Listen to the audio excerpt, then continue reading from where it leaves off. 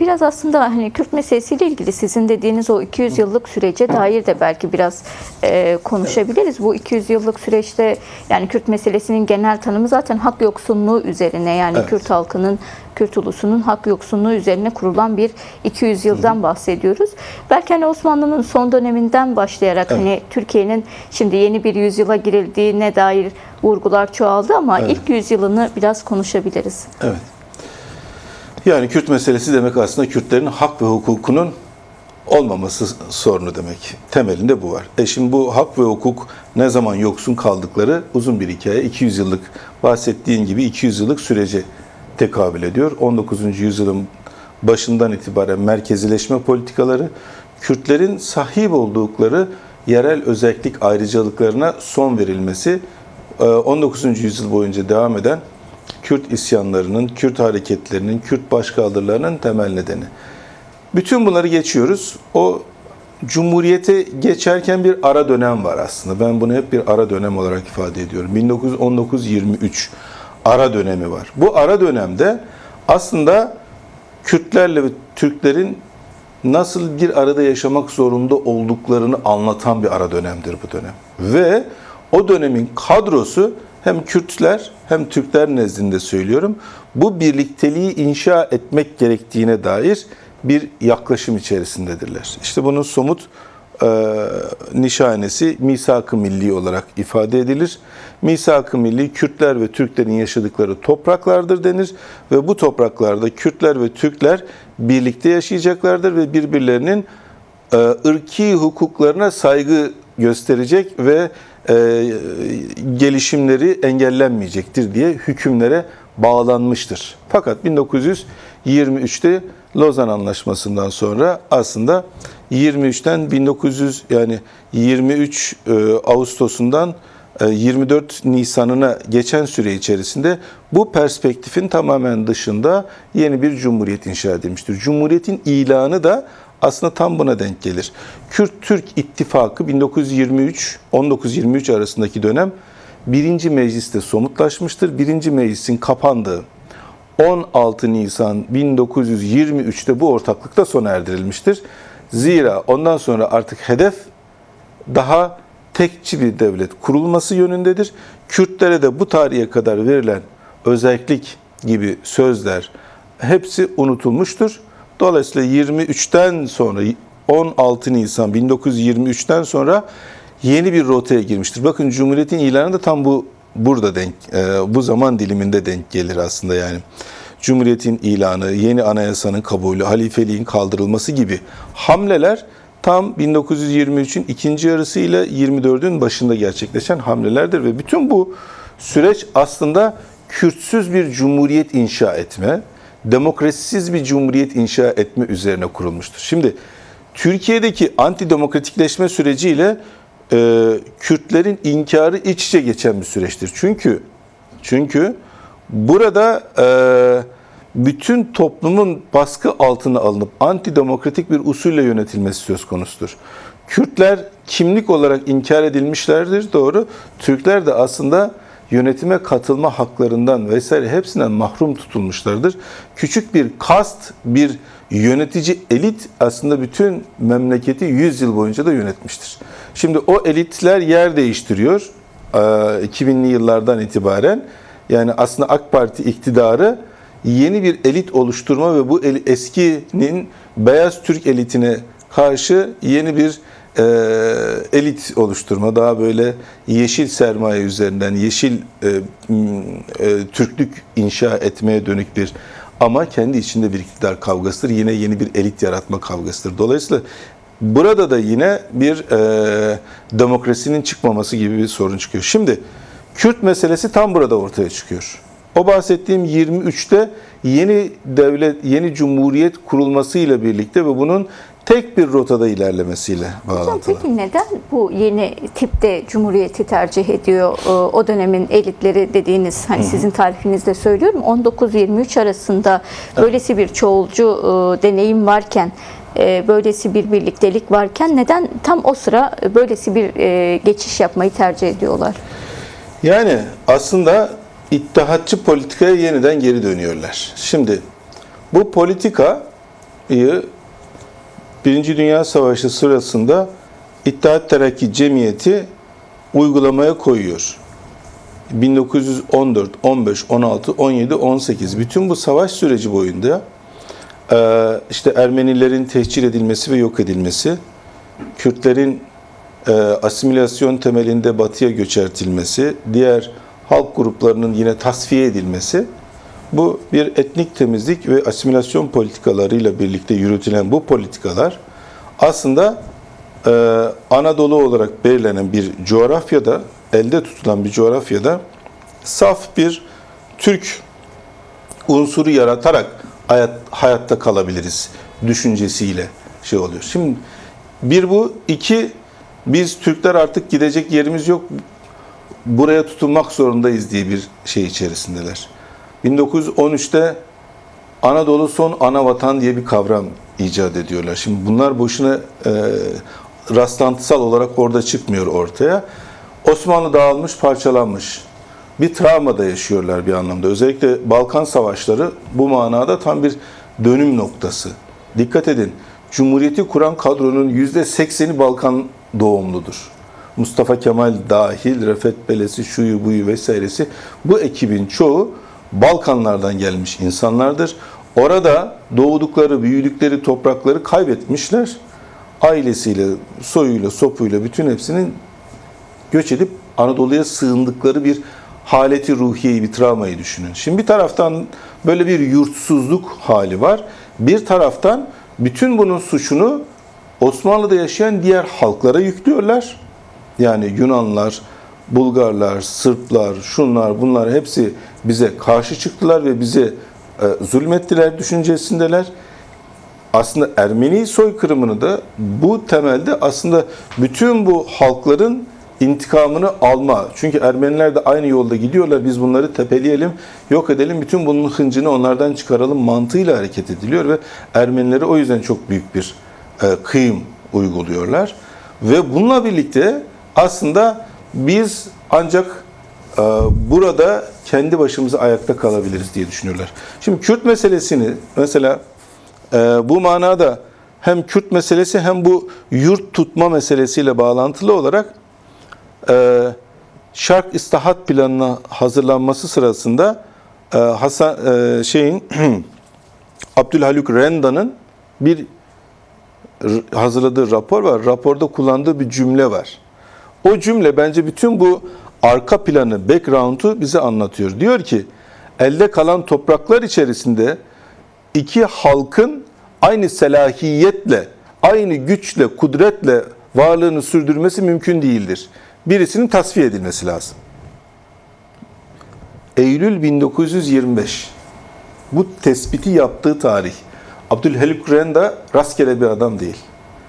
Bitlis'te valilik yaptığı süreçte Bitlis isyanının ileri gelenlerini idama mahkum etmiş bir insan. Bitlis 15'te soykırımı yönetmiş Bitlis'te bir kişiden bahsediyoruz. Meclis açıldığında meclis başkanlığı yapmış, sonraki süreçlerde İçişleri Bakanlığı yapmış, çok önemli görevlerde bulunmuş. Cumhuriyet'in kurucu kadrolarının önemli isimlerinden birisi. Diyor ki, elde kalan topraklarda iki halkın aynı selahiyet ve kudretle yönetmesi mümkün değildir. Birisinin egale edilmesi lazım, yani birisinin tasfiye edilmesi lazım. Elde kalan topraklar dediği bugünkü sınırlardan bahsediyor. Şimdi diyor ki sadece bir tek halk burada hakim olacak, o da Türkler olacak.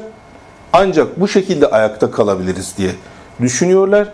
Mantıkları bu, yaşadıkları şey bu ve Cumhuriyeti bunun üzerine bina ediyorlar. Maalesef. Şimdi bu akıl dolayısıyla bütün Cumhuriyet tarihine sirayet ediyor. Bütün Cumhuriyet tarihine damgasını vuruyor. O günden bugüne de işte hala vazgeçilmiyor. Oysa 1919-23 arasında başka bir perspektif var. Açıktan söylüyorlar. Bakın 5 Haziran 1922 Türkler ve Kürtler diye bir yazı yazıyor Ziya Gökalp. Küçük Mecmua dergisinde. Türkler ve Kürtler. Diyor ki misak-ı millimiz etnografik bir sınır çizer. Türkler ve Kürtlerin sınırıdır der. Şimdi burada 19-23 arasında Kürtlerin bu topraklardaki varlığını, kültürünü, kimliğini tanıyorsun. Birlikte yaşama iradesini ortaya koyuyorsun.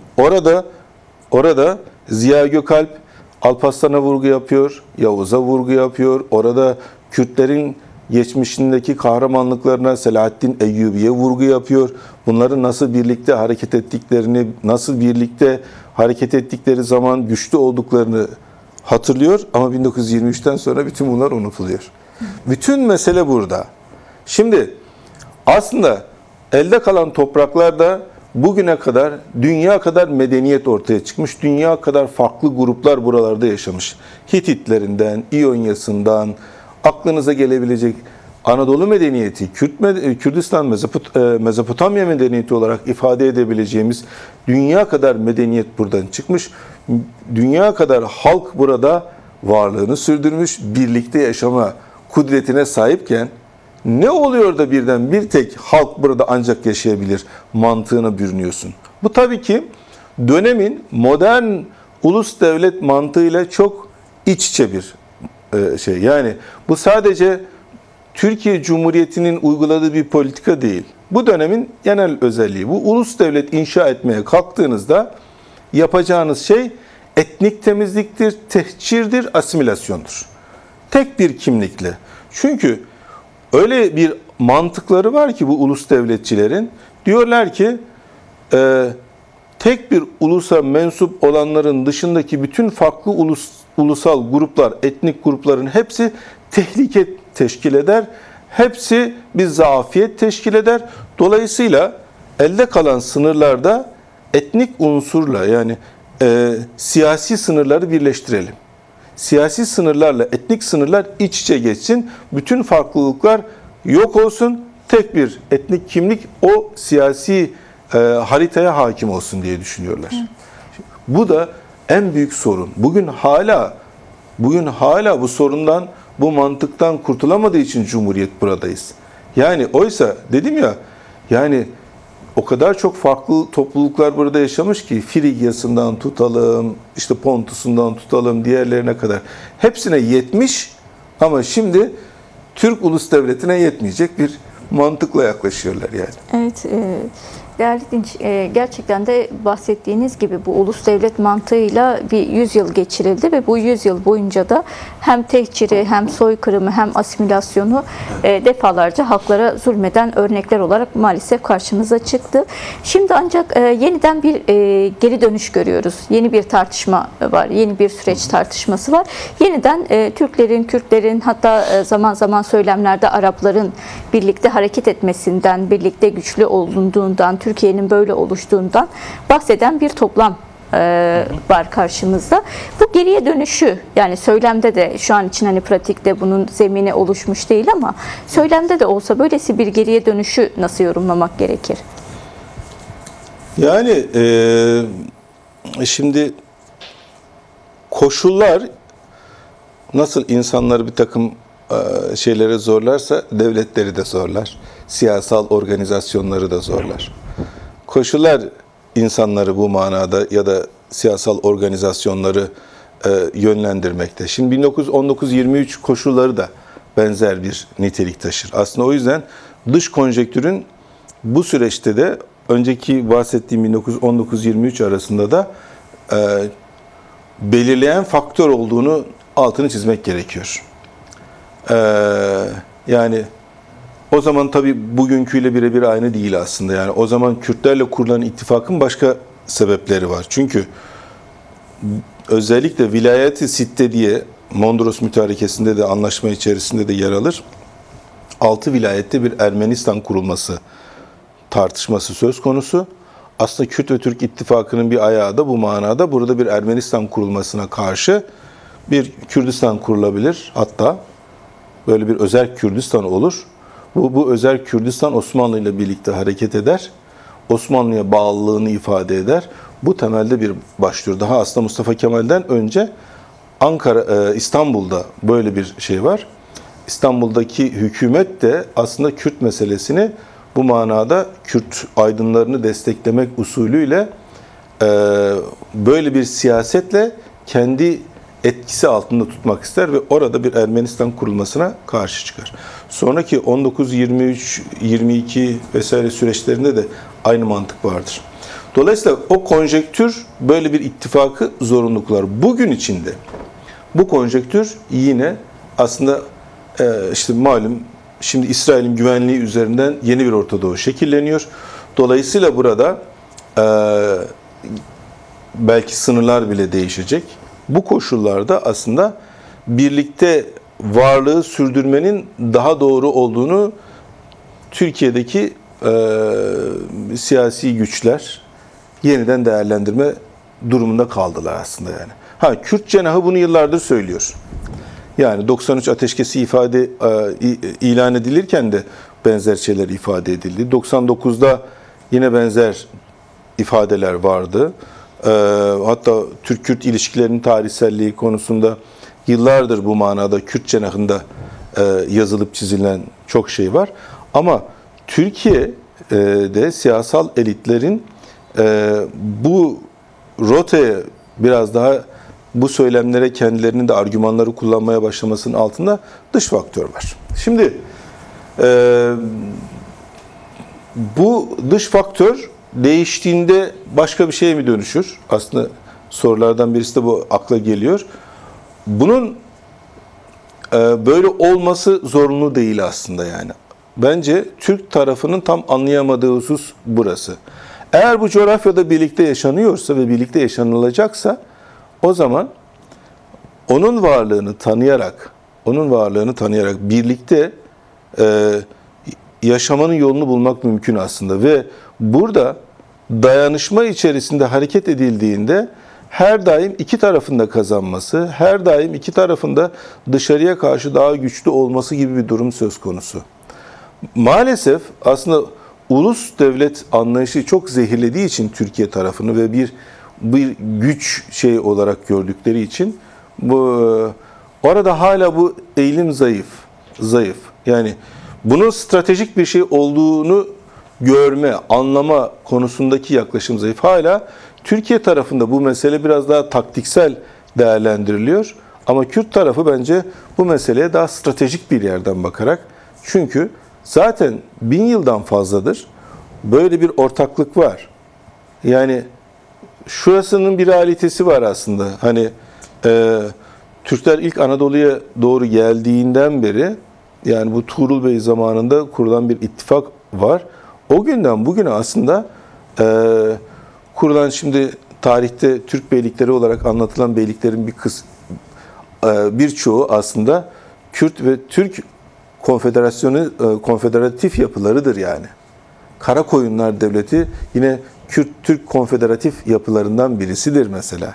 Ama tarihi hep böyle tek taraflı okuyup sadece Türklere hasrettikleri için, Kürtleri görünmez kıldıkları için bu hakikatleri de anlamıyorlar. Oysa şimdi Kürdistan coğrafyası çok zor ve çetin bir coğrafya.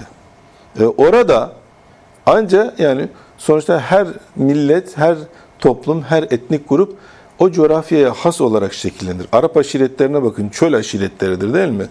O çölde herkesin yaşayabilmesi mümkün değil. Ama onlar o çöle göre, çünkü yüzyıllardır, 1000 yıllardır o topraklarda yaşıyorlar.